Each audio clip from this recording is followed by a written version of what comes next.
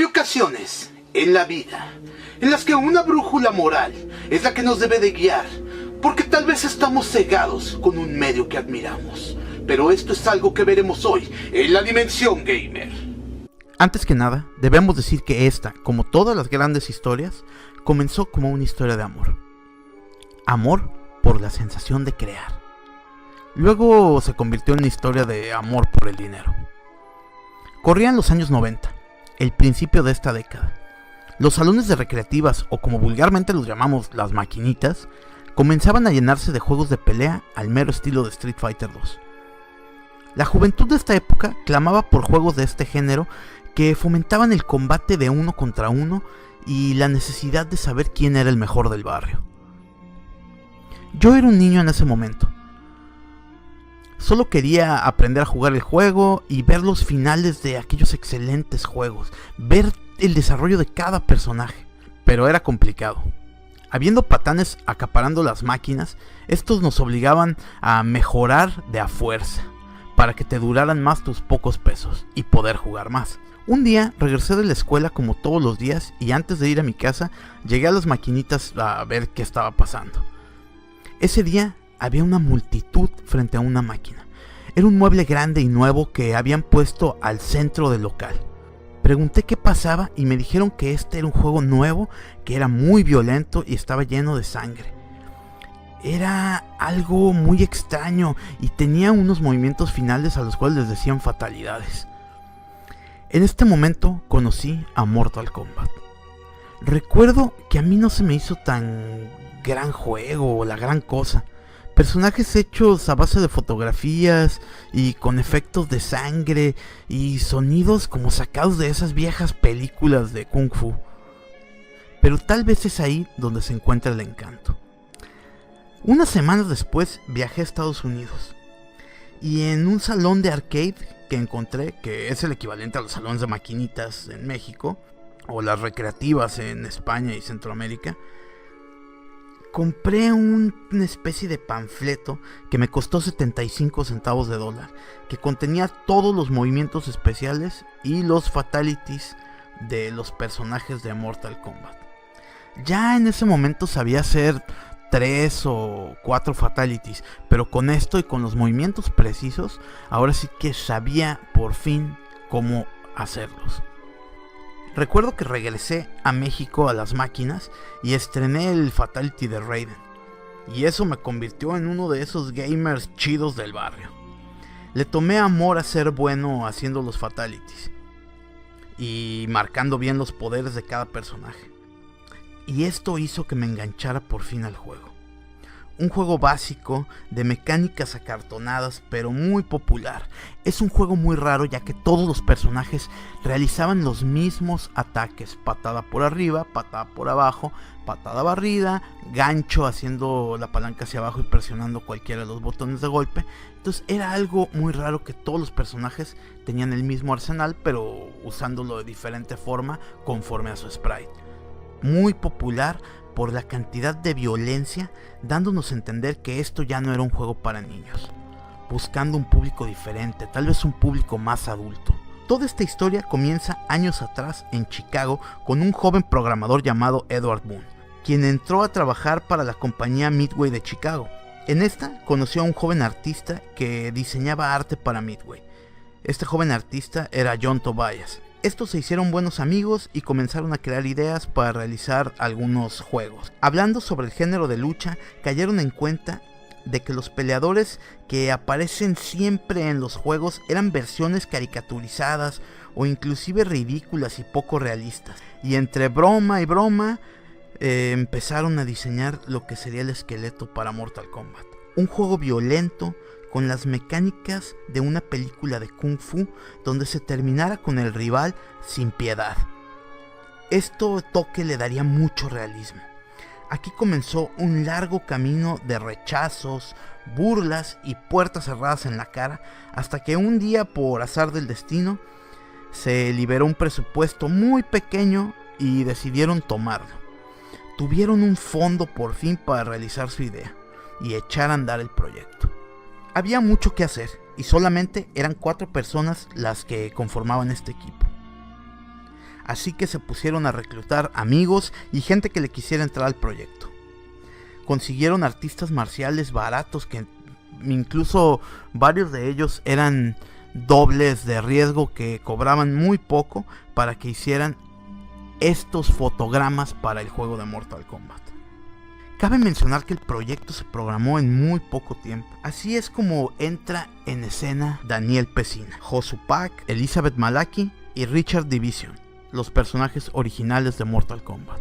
Al principio del proyecto se pensó que fueran más personajes, un total de 12 personajes, los cuales serían representados por los 5 actores. Cada quien haría varios personajes, con diferentes disfraces, pero resultó que el motor gráfico no les permitió hacer esto, siendo su limitación principal, permitiéndoles 6 personajes jugables y un jefe final. Pero exprimiendo el juego, quitaron ataques y dividieron a uno de los personajes en 2. Estos fueron Sub-Zero y Scorpion. Originalmente el personaje iba a ser Scorpion nada más. También aprovecharon para meter a otro jefe final, siendo este solamente un random de los personajes existentes en el juego, es decir, el clásico personaje que se transforma en todos los personajes, lo cual no consumía mucho del recurso que tenían.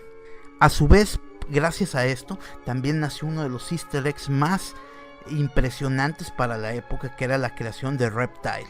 Reptile ni siquiera aparece con ese nombre, pero fue un nombre que le dieron en textos para que supiéramos sobre él. Era un personaje secreto que podíamos sacar, que se trataba de la versión completa del primer Scorpion, que tenía todos los ataques, tanto los de Sub-Zero como los de Scorpion. Que es muy curioso, ya que el color de Reptile también se lo ahorraron combinando las 2 gamas de colores de Sub-Zero y de Scorpion, o sea, el azul y el amarillo, para que les diera el color verde. Así no se gastó recurso tampoco en eso. Y usaron una parte de un stage que solamente se accesaba, ahora sí que haciendo una especie de fatality, ¿no? El pit. De esta manera fue que Daniel Pesina salió como 3 personajes del juego. Era Johnny Cage, Sub-Zero y Scorpion, y Reptile también. No es que fuera un consentido de la marca, simplemente él fue el primero al que se le hizo la captura fotográfica, al que se le hicieron estos fotogramas. Entonces él sí alcanzó a ver si que ser a sus 2 personajes que le tocaban. Cabe mencionar que Daniel Pesina fue un culero, esa es la palabra para definirlo, ya que tras su aparición en Mortal Kombat 2 comenzó a hacer campañas de publicidad que le daban mucha lana por hablar mal de Mortal Kombat. Inclusive salió en un póster en las revistas donde decía que él era el protagonista del juego y que había cambiado ahora sí que el Mortal Kombat por un juego malísimo que se llama Bloodstorm. E incluso él y su hermano Carlos Pesina, quien es Raiden en el juego, financiaron un juego malísimo también para la época, que trató de competir con Mortal Kombat 2, pero fue una pedazo de mierda, llamado Tattoo Assassins, uno de los peores clones de Mortal Kombat que se han dado, ¿no? Pero ya hablaremos de este rollo de la traición de los hermanos Pesina y de cómo muchos de los actores se portaban medio gacho con Mortal Kombat, ¿no?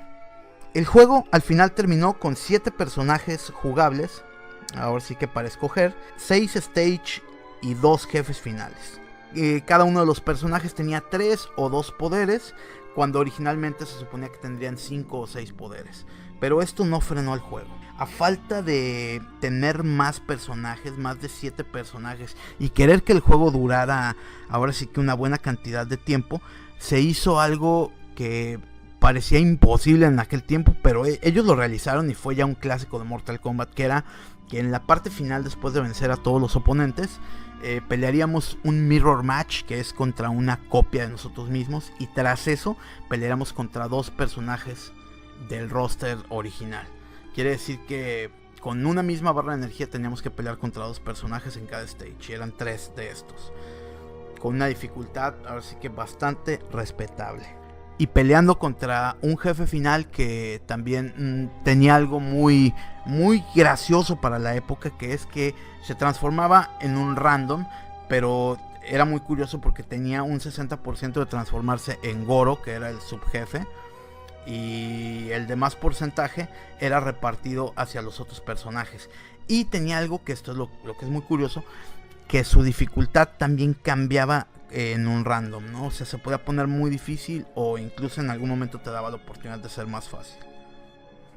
Este jefe, que era Shang Tsung, que era un jefe reciclado, como les dije, que se transforma en todos los personajes, y que su apariencia física, que se la dio Ho Sung Pak, que él hace de Liu Kang en el juego, y de Shang Tsung, el jefe final, con un disfraz de viejo terrible, con nada más una barba larga, dándonos a ver como uno de esos malos también de las películas chinas de 1970. Horrible el disfraz. Cabe mencionar que el stage del pit en Mortal Kombat, este es un puente de donde podemos lanzar a nuestros oponentes al final del round, cuando nos da el chance de hacer el fatality. Si les damos un gancho, los lanzamos ahora sí que el precipicio, y este, en lugar de ser un hoyo, es ahora sí que una cama de pinchos o unas navajas que están abajo, y ahí se ven muchos cuerpos cercenados y cabezas también empaladas, ¿no?, en estos picos. En estos cuerpos y cabezas son la gente del staff de Mortal Kombat, aparecieron ahí como de una forma de homenaje, ¿no? Y aquí entra un detalle bien curioso, ya que hace unos años se remasterizaron los juegos para sacarlos para las consolas, tanto para la consola de Steam como para el Xbox 360 y el PlayStation 3.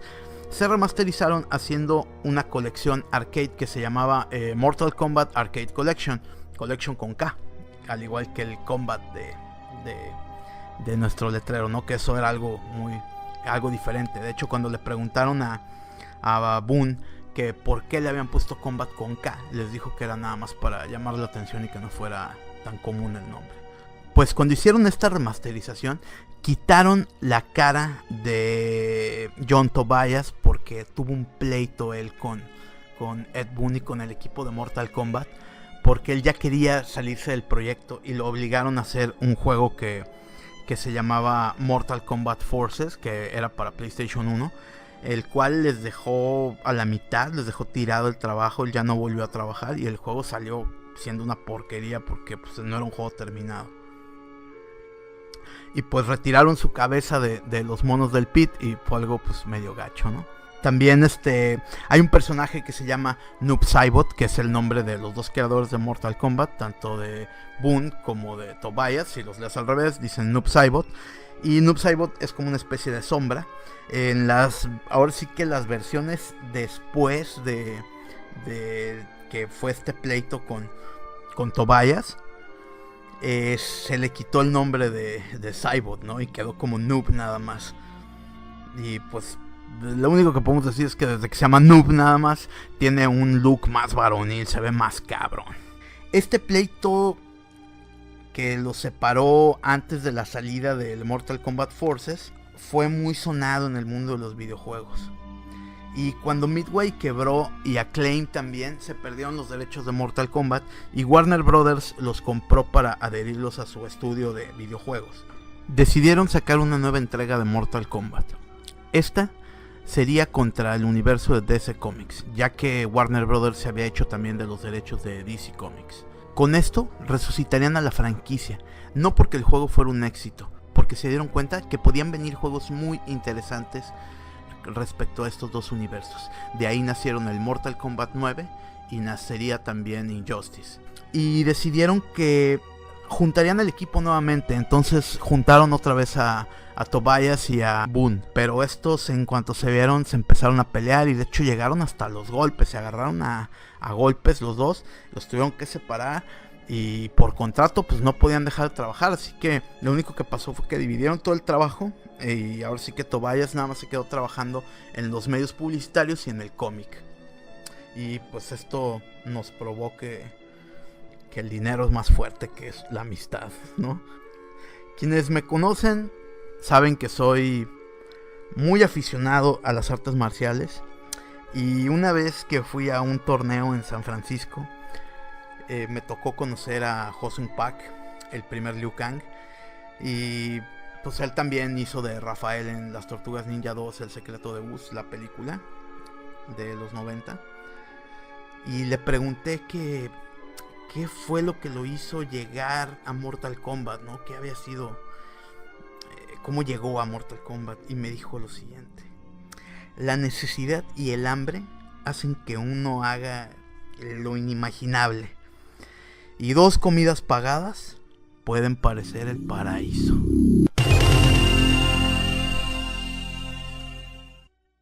Esta, como todas las grandes historias, es una historia de amor. Amor por el dinero. Corría la década de los 80. Mientras Madonna nos seducía con Holiday y Michael Jackson nos conquistaba con Beat It, el mundo de los videojuegos sufría un cambio meteórico. De pasar por juegos como Burger Time, Saxon o el mítico Donkey Kong Jr., la compañía de videojuegos RDI Video System comenzó a experimentar con tecnología de punta, que proporcionaba mucho poder. Me refiero a Laserdisc. Esto podía proporcionar el espacio suficiente para poder ejecutar múltiples pistas de audio y cortes de video sin retrasos y en tiempo real. Es aquí que, en conjunto con Don Bluth, un ex animador de Disney conocido por su trabajo en Sleepy Beauty y en Sword in the Stone, como animador comenzaría a trabajar en una película animada interactiva que trataba sobre las aventuras y desventuras de un valiente e intrépido héroe que se infiltraba en la guarida de un maldito dragón, el cual había secuestrado a una sexy princesa. Ojo que este héroe no es ningún plomero italiano, es el caballero Dirk the Daring. Este es el mítico juego Dragon Slayer. Teniendo presupuesto y mucho talento, fue creada esta animación, la cual parecía una película de estudio, con situaciones en las que había que tomar una decisión rápida con el mando del arcade. Este podía darnos 4 direcciones con 4 flechas y tenía un botón de acción. Si se acertaba, avanzábamos a una nueva escena para sortear otro peligro. Si se fallaba, se perdía una vida y nos presentaba una escena de la horrible muerte de nuestro protagonista. Se tenía que tener una vista ágil y reflejos felinos para superar este juego. Esto fue un tremendo salto en la industria. Los juegos eran muy simples y al llegar esta maravilla provocó que todos quisieran copiarlo. Y así nacieron grandes juegos como Time Gal de Taito y Road Avenger de Data East. Pero metamos un poco el freno aquí. Esto va a ser como un Inception. Una dimensión gamer dentro de otra dimensión gamer para llegar a algo. Así que te voy a contar una historia. Esta, como todas las grandes historias, es una historia de amor. Amor por el dinero. Corría la década de los 70s. El LCD, el amor y la paz dominaban la sociedad de aquel entonces. En aquellos días, los shows televisivos de programas familiares, como el show de Bill Cosby, sí, ese viejo caliente que viola más que habla, entre esos shows existía uno muy particular, Different Strokes, o como lo conocíamos en México, Blanco y Negro. Sí, muchachos, en aquellos días lo políticamente correcto no existía. En este show teníamos a los hermanos Willis y Arnold, quienes eran unos niños huérfanos del Bronx que fueron adoptados por un viejo caucásico millonario que tenía una bella hija, la linda Kimberly. Esta interpretada por la talentosa Dana Plato, la cual lucía como un ángel. Pero fuera de cámaras era tremenda drogadicta y alcohólica. Esto la llevó a quedar embarazada y tener que obligarla a abandonar la serie. Regresaría para el final de esta, pero esto no le fue suficiente. El desempleo y su alcoholismo la sumieron en un hoyo. Comenzó a aceptar papeles pequeños y empezó a trabajar en lo que se pudiera. a tal grado que se agrandó el pecho para poder salir en la revista Playboy, quienes ya la habían rechazado antes por parecer una tabla de surf. Esta siguió emborrachándose y drogándose a más no poder. La corte incluso le quitó a su hijo, dándole la patria potestad a su abuela paterna. Dana no podía ver a su chiquitín. Y se preguntarán, ¿qué tiene que ver esta drogadicta con el principio de esta historia? Pues ahora vamos a eso. Es 1987 en la ciudad de Culver, donde se comienzan las grabaciones de un videohome independiente que se convertirá en una película interactiva con su corte de survival horror. Así es. Una producción que, si bien no era barata, sí tenía más actores amateurs que episodios de La Rosa de Guadalupe. 3 semanas fueron suficientes para terminar este proyecto, un proyecto que sería la insignia para la nueva y flamante consola de Hasbro. Sí, la juguetería que nos vende los muñecos de Star Wars y que nos vende los monos de My Little Pony. Estos habían gastado una buena cantidad de millones de dólares en el desarrollo de una nueva consola. Un proyecto que copiaría la tecnología de Laserdisc de Dragon Slayer, pero de una manera más económica. En lugar de usar los caros Laserdisc, usarían VHS. Sí, igual, ¿no?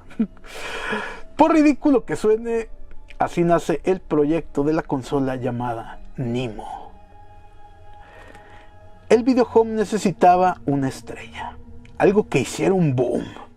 Así que aprovecharon su aparición en películas de serie B, de corte Golden Choice a las 12 de la noche, si saben a lo que me refiero. Ficharon a Dana Plato, la cual aparecería de una forma muy sexy, protagonizando el juego. Así nace el mítico Night Trap. Dana Plato se convierte así en la primera actriz en los videojuegos. Un galardón que no le sirvió de mucho, pues este videojuego parecía que no vería la luz, ya que se encarpetó para ser olvidado. Esto porque Hasbro se echó para atrás al saber que sacar la consola les costaría un poco más de $300 millones extra. Pero ya saben lo que se dice: hierba mala nunca muere. 2 años después, Sony se hace con los derechos de los materiales que se habían creado para la consola de Hasbro y fundan el estudio Digital Pictures. Esto revivió varios de los proyectos de Nemo, incluyendo a Night Trap, pero esta vez todo sería diferente. La tecnología había avanzado y ahora teníamos al CD. Agilizaría todo y permitiría una calidad de video muy superior y un audio increíble. Esto era más de lo que habían pensado. Además de que el éxito de ventas estaba casi garantizado. Esto por el acuerdo entre Sony y la compañía de Kyoto Nintendo. Estos sacarían una unidad de CD que se conocería como el Nintendo PlayStation. Ahora sí. Nada puede salir mal. Es lo primero que sale mal. Ay, todos sabemos qué pasó. Nintendo le puso los cuernos a Sony con Philips y todo el proyecto se fue al baúl nuevamente. Pero fue en ese momento que Sony pensó: ¿qué sería lo que más molestaría a Nintendo? Pues claro, Sega. Así que van con la consola negra del erizo azul. Esta estaba por estrenar su unidad de CD, el Sega CD, o como se conoció en Europa, el Mega CD.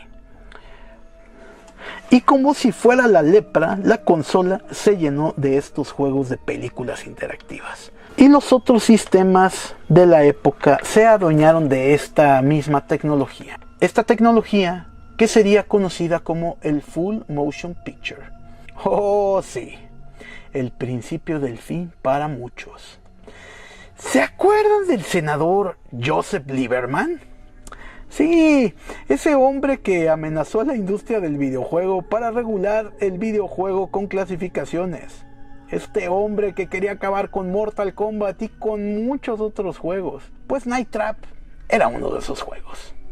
Acusado de fomentar la violencia contra las mujeres, esto se puso tan caliente que Sega decidió retirar todas las copias de las tiendas y, como era de esperarse, no pudieron retirar ninguna, ya que los jugadores, tras enterarse de esto, comenzaron a vaciar los aparadores y los anaqueles sin dejar ni el polvo.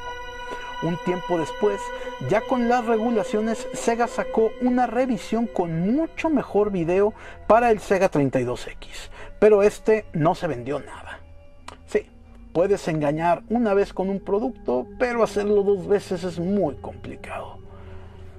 Este es un juego que, le duela a quien le duela, es un juego de culto, por toda esta historia que tiene atrás.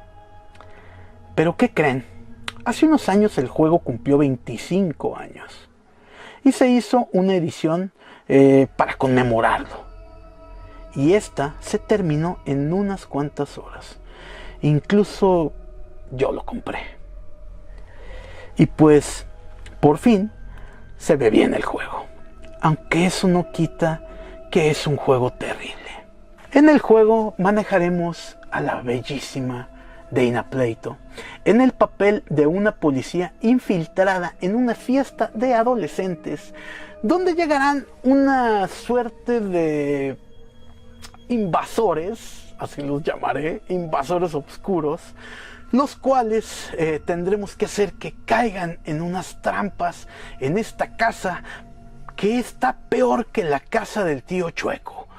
Esta casa llena de trampas donde pues tendremos que hacer que nuestros protagonistas y nuestra bella detective infiltrada sobrevivan. Es un juego realmente raro y malo. Pero ¿qué pasó con nuestra querida protagonista? Pues ella terminó este proyecto y siguió drogándose, bebiendo y haciendo pésimas películas de clase B y mucho soft porn. ¡Oh, la, la! Ahora con pechos nuevos y una resistencia al alcohol que, si me lo permiten decir, era legendaria. Dice un amigo cercano a ella que se bebía 1 galón de vodka y un 12 de cervezas al día. Bueno, pero metiéndose cocaína, haciéndolo con truco, ¿no? El 8 de mayo de 1999, su novio la encontró en su remolque, muerta por sobredosis. Llevó una vida de excesos que no podía terminar bien.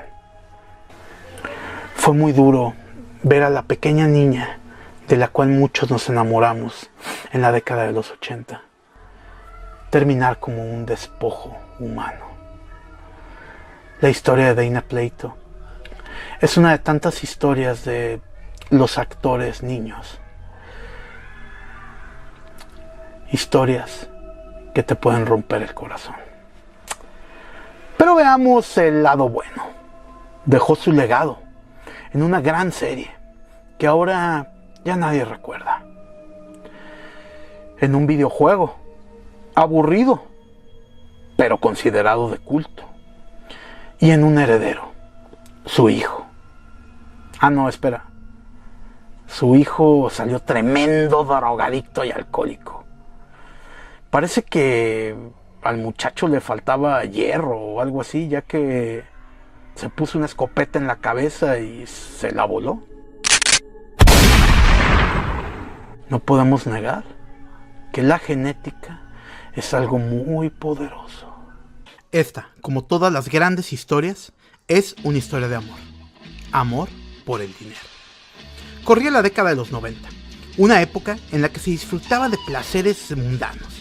Hamburguesas de McDonald's, los chicos vistiendo camisas de cuadritos que llevaban amarradas a la cintura, la Coca-Cola de cereza y ver Beverly Hills 90210 a las 8 de la noche. Pero también fue el tiempo de la guerra. Y no me refiero a la tormenta del desierto. Me refiero a otra guerra más fiera. La guerra de las consolas. Nintendo y Sega se daban con todo. Pero cuando digo con todo, me refiero con todo. El mercado estaba realmente dividido. Familias se separaban y perdían herencias. La gente se divorciaba y había asesinatos por esta dualidad. Todos por la fidelidad a alguna de estas consolas. Pero llegó 1993 y es aquí que la historia de los videojuegos cambiaría para siempre. Fue justo el septiembre de ese año el que no se olvidará. Ya habíamos hablado en otras dimensiones gamers sobre el fenómeno de Mortal Kombat y sus orígenes en el arcade, el juego más violento jamás hecho, el cual ganó una popularidad increíble. Midway, la compañía creadora, viendo este masivo éxito, decidió dar el siguiente paso: adaptar el juego para los jugadores caseros, hacer una versión para las consolas de sobremesa. Así fue como contrataron a un viejo lobo de mar, a alguien que sabía moverse en estos mares, alguien que había combatido ya en estas lides. Así entra en escena la compañía veterana Acclaim. Esta se encargó de todas las adaptaciones, la de Super Nintendo, la de Sega Genesis, la de Game Gear, la de Game Boy y la de PC. Sin embargo, Acclaim censuró la sangre y los fatalities, ya que no querían que hubiera elementos muy violentos. Y es aquí donde comienza todo, ya que Sega pagó un extra de cantidad para que su juego sí tuviera estos elementos. Este contenido se podría activar con un código que se metía en la pantalla del juego.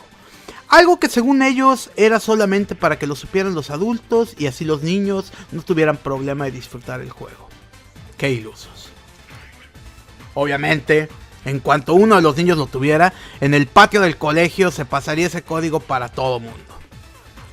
Acclaim ofreció esto mismo a Nintendo, pero estos no quisieron por seguir con su política de ser juegos para toda la familia. Esta decisión costó a Nintendo una gran derrota ante Sega, vendiendo menos unidades. A pesar de esto, su juego era mucho mejor. En gráfica se parecía más al arcade, los controles eran mejores y el sonido era inigualable. Pero este factor del morbo y de la violencia era de lo que carecía el cartucho, y es aquí donde Sega se los tragó. Aunque esta fue una victoria, podríamos decir que fue una victoria vacía para Sega, ya que esto originó algo que nadie esperaba y que cambió el mundo de los videojuegos para siempre. Hasta ahora, el arcade había pasado desapercibido, pero con la salida de los juegos para los sistemas caseros y las ventas que se registraron ese primer día fueron lo que puso en la lupa de todos los medios a la versión original. Es decir, todos fueron a ver la fuente original que era el arcade. Todo esto ocurriría el 13 de septiembre de 1993, el conocido Mortal Monday. Así bautizaron ese día la gente de mercadotecnia de Acclaim, quienes hicieron una excelente publicidad en todo tipo de revistas y medios, solo mostrando lo adecuado para que nadie relinchara. Pero como lo dije, tanto llamó la atención que rápidamente los medios se pusieron a investigar qué era esto de Mortal Kombat. Y esto les llevó al arcade. De aquí fue que comenzaron a escribir y a dar la nota sin saber que las versiones caseras estaban censuradas. El problema fue que la versión de Sega Genesis no lo estaba. Y así fue que todos los diarios y noticieros de los Estados Unidos comenzaron a dar las notas donde satanizaban al juego y mostraban su preocupación hacia los niños. Los padres salieron a las calles. En ese tiempo no estaban tan informados como ahora, y al llegarles estas noticias, para empezar se sintieron como unos tontos. Y después de esto, se dieron cuenta que los videojuegos no tenían nada que les avisara esto. Los teléfonos de Nintendo y Sega no dejaban de sonar, en semanas estuvieron ocupados. Incluso algunas tiendas como Toys R Us o Target cerraron sus puertas para evitar estas turbas que se veían venir. Gente que venía muy molesta y rabiosa, convirtiéndose esto en una cacería de brujas. El mismo gobierno estadounidense metió sus manos en el asunto. El senador John Lieberman organizó un comité para resolver esto, advirtiendo a todos los creadores de videojuegos que o los desarrolladores comenzaban a regular el contenido o el mismo gobierno se encargaría de esto. Esta fue una tajante razón para un impuesto nuevo a los videojuegos, pues se creó un organismo que se encargaría de la regulación del contenido, la hasta ahora existente ESRB, la cual sería emulada en otros continentes con algunas diferencias culturales. Cabe mencionar que el juego se volvió aún más popular, pues ahora había que conseguirlo muchas veces de una forma casi clandestina. Pero como dice ese viejo dicho, que hablen bien o que hablen mal, pero que hablen. Midway no se quedó con la cabeza baja y unos meses más tarde llegó a nosotros el juego conocido como la mejor secuela de arcade, el mítico Mortal Kombat 2, el cual sí fue un festival de sangre y vísceras, pero ahora sabiendo las reglas del juego y cómo jugarlas. Pero ¿qué pasaba en México mientras tanto? ¿Qué pasaba mientras ocurría esto en los Estados Unidos y en todo el mundo? ¿Qué pasaba mientras ocurría esta revolución de los videojuegos? Aquí estrenábamos el nuevo peso, se nos inauguraba TV Azteca, estrenábamos las transmisiones del nuevo MTV Latino y se nos cosían las habas por ver a nuestra selección mexicana rumbo al Mundial de Estados Unidos 94. Y esperábamos al Papa por tercera vez. ¡Ay, México, México, México! Aquí no pasaba nada. Aquí todo se vendió como si nada y aquí los padres hasta el día de hoy no saben nada. En palabras de ese papa que esperábamos, México siempre güey. Esta, como todas las grandes historias, es una historia de amor. Amor por el dinero. Corría la década de los 90. Los videojuegos volvían a ser parte de la cultura popular. Nintendo se había instaurado en los hogares con su consola casera y Capcom hacía lo mismo en el arcade, revolucionando con el juego de pelea y sentando las bases con Street Fighter 2. Y haciendo que esos nuevos gamers de este género de peleas tuvieran hambre, deseo por más juegos de lucha. Todas las compañías comenzaron a trabajar en sus juegos de pelea clónicos de Street Fighter 2. Dentro de esta vorágine de juegos había que destacar de alguna manera, y un par de jóvenes decidieron hacer un juego de peleas realista, donde la violencia imperara y fuera el factor determinante con un presupuesto muy reducido. Se habían juntado en un bar para platicar de lo ridículos que eran los movimientos especiales y las técnicas que se usaban en los juegos de pelea, ya que estos eran caricaturas, y entre risa y risa llegaron a algo. Optaron por utilizar una técnica de captura de movimiento y digitalización de imagen a base de fotografías. Esta había sido utilizada un par de años antes por Atari en un juego de peleas llamado Pit Fighter. Con mucha imaginación y con diseños muy basados en las películas de serie B, crearon un producto fantástico. Un producto que solamente usaría 5 botones básicos y movimientos sumamente limitados. Todos los personajes contaban con el mismo arsenal de golpes, es decir, todos pateaban igual, todos hacían un gancho igual, todos golpeaban hacia adelante, todos hacían los mismos movimientos básicos, pero algo que llamaba la atención es que los personajes se defendían con un solo botón, es decir, no había que hacer la palanca hacia atrás, sino solamente presionar el botón. Estos tenían pocas técnicas especiales, las cuales se iban a dibujar a mano para después agregarlas a los fotogramas. El roster de personajes sería basado en las películas de Kung Fu de los años 70, teniendo héroes y villanos con fuerzas sobrenaturales, pero no saliendo del argot de estas películas. El juego llamaría la atención por la sangre que brotaba después de recibir cada impacto, y el acabar con la vida del oponente con un movimiento final al cual llamaron Fatality. Incluso agregaron a un personaje secreto. Este juego se llamó Mortal Kombat y rápidamente se hizo de fama, entrando en el gusto de los jugadores. Como era de esperarse, con tanto éxito, se comenzó a trabajar en su traslado a las consolas caseras, las cuales ahora eran más poderosas, con 16 bits que las apoyaban, y se podía pensar en versiones muy competentes comparadas con el arcade. Las compañías se dieron cuenta que este modelo de utilizar fotografías y violencia explícita era un gran mercado que solo Midway con su Mortal Kombat estaba explotando. Así que muchas de ellas comenzaron a clonar también este modelo, naciendo terribles juegos que emulaban a Mortal Kombat, pero siempre respetando este copyright para no acercarse a una demanda, sino solamente ser un juego violento con mucha sangre y muchos golpes. Pero esto no se quedaría aquí. Konami vio en esto la luz. Haciendo lo suyo, también diseñó un juego que lanzó poco después. Este era un juego de disparos con pistolas de luz y fotos digitalizadas. Las armas del arcade eran réplicas de una Colt Python, perteneciente a la familia de las Magnum, un arma que ya habíamos visto popularizada por Harry el Sucio.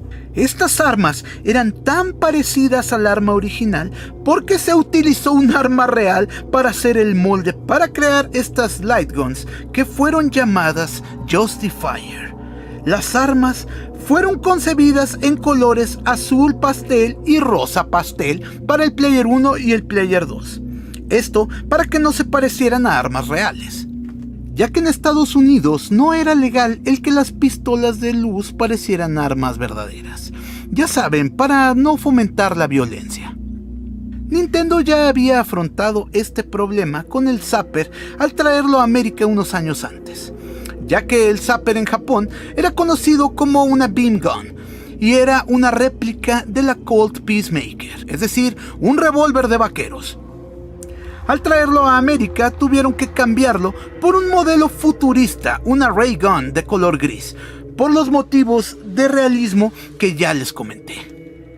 2 años después, Nintendo recibió una llamada de atención del gobierno norteamericano, pues para ellos aún parecía un arma real. Así que Nintendo reemplazó estas pistolas grises por la clásica pistola naranja que la mayoría conoce.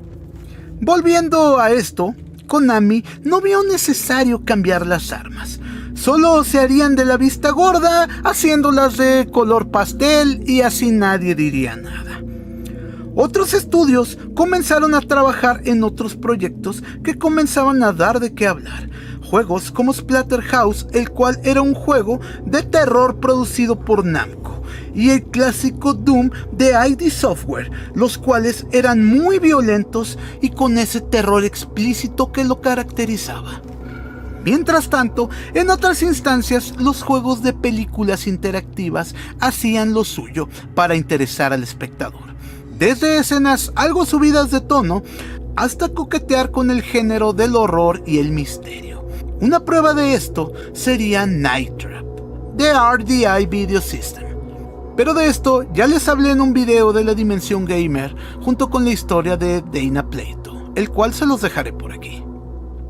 Pero, ¿por qué te estoy contando todo esto? Esto es porque el gobierno de los Estados Unidos estaba muy preocupado por los niños. ¡Alguien, por favor, quiere pensar en los niños! Ya habían tenido estos problemas cuando llegó a América Dead Race 20 años antes. Pero esta vez no sería igual. De entre todos los retractores había un elegido, un paladín de la justicia que defendería las buenas costumbres. Un hombre que tenía el poder para desafiar no solo a la industria de los videojuegos, sino al mismo gobierno de la nación más poderosa del mundo. Entra en escena el senador de los Estados Unidos, Joe Lieberman. Joseph Lieberman fue un político estadounidense del Partido Demócrata, nacido en una familia tradicional judía de clase media y creciendo en un país en recuperación por la posguerra. Salió adelante siendo el mejor de su clase hasta llegar a estudiar Derecho en la Universidad de Yale. Fue procurador general de Connecticut y subió al poder como senador en 1988. Y es aquí, que comienza su historia con el mundo de los videojuegos. Desde que se encontraba en Stamford, Connecticut, ya estaba preocupado por los jóvenes y con esa obsesión por estar pegados a las computadoras de la época. Y cómo desperdiciaban su tiempo en los antros de vicio llamados salones arcade. Pero que no los engañe esta inofensiva cara de Will Tannen. Gracias a este muchachón, los arcades no aceptaban a niños menores de 12 años y tenían que tener un horario para que estos tugurios no operaran a sus anchas, ya que tendrían que cerrar antes de las 11 de la noche. Pero la cruzada del senador Lieberman contra los videojuegos comenzaría hasta 1993, cuando llegó a él las imágenes de un suceso que se dio el 13 de septiembre de 1993. Un suceso conocido como el Mortal Monday. El senador Lieberman había descubierto imágenes de Mortal Kombat y su peculiar festival de sangre y violencia, creyendo con esto que sus versiones caseras serían igual de sangrientas que la versión de arcade. Todo esto gracias al sensacionalismo de los medios al cubrir esta noticia. Parecía que ya era tarde. El Mortal Monday había estallado ese 13 de septiembre y ahora todo el mundo podía tener una copia en su casa. Los teléfonos no dejaban de sonar en las oficinas de gobierno y en las grandes tiendas que vendieron estos productos. Los padres molestos y las ligas de la decencia estaban muy indignados porque este fenómeno había ocurrido frente a sus narices. Pero Joe Lieberman no se quedaría quieto. Él era John Wayne en esta película y los videojuegos, los sombreros negros. Así que llevó a juicio a todos ellos. Sega, Nintendo, Acclaim, Midway, Konami y otros grandes de la industria. Este hecho fue conocido como el juicio de los videojuegos, el senador contra Mortal Kombat. El objetivo, proteger a los niños de la violencia extrema y el contenido sexual. ¡Alguien, por favor, quiere pensar en los niños! Cuando los CEOs se enfrentaron, fue que comenzó a arder Troya, ya que se comenzaron a tirar basura los unos a los otros, siendo el más famoso cuando el presidente de Nintendo, Howard Lincoln, se defendió diciendo que ellos no tenían sangre en su versión de Mortal Kombat, pero que Sega sí tenía y que su juego era igual o más violento que el arcade. Todo esto señalando con el dedo al presidente de Sega, quien se defendió con el argumento de que en su juego se requería de un complicado código para activar los valores de la violencia, que ellos tenían toda una rama de Sega dedicada a la clasificación de productos para proteger a los consumidores, algo que Nintendo no hacía ni le importaba. Solo había que ver los juegos japoneses del Super Famicom que sexualizaban a las mujeres. Imaginen qué pasaría si trajeran esos juegos a América. Con los catorrazos entre estos dos gigantes de los 16 bits, las otras empresas pensaron que si se quedaban calladitos no se embarrarían en este asunto. Y fue en ese momento que Joe Lieberman bajó su mano y sacó un arma con la que apuntó hacia el jurado pidiéndoles su opinión. Se trataba de la Justifier, la Magnum azul pastel de la que habíamos hablado antes. En ese momento, Konami se puso las manos en el rostro y las compañías se dieron cuenta de que nadie estaba a salvo.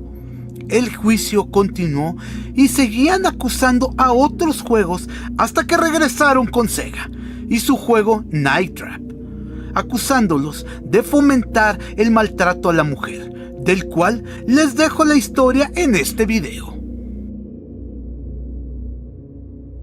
Tras esto, se mandó a retirar todas las copias de estos juegos de los anaqueles, pero cuando se intentó hacer esto, se dieron cuenta de que las estanterías estaban vacías. Los gamers de la época lo habían hecho.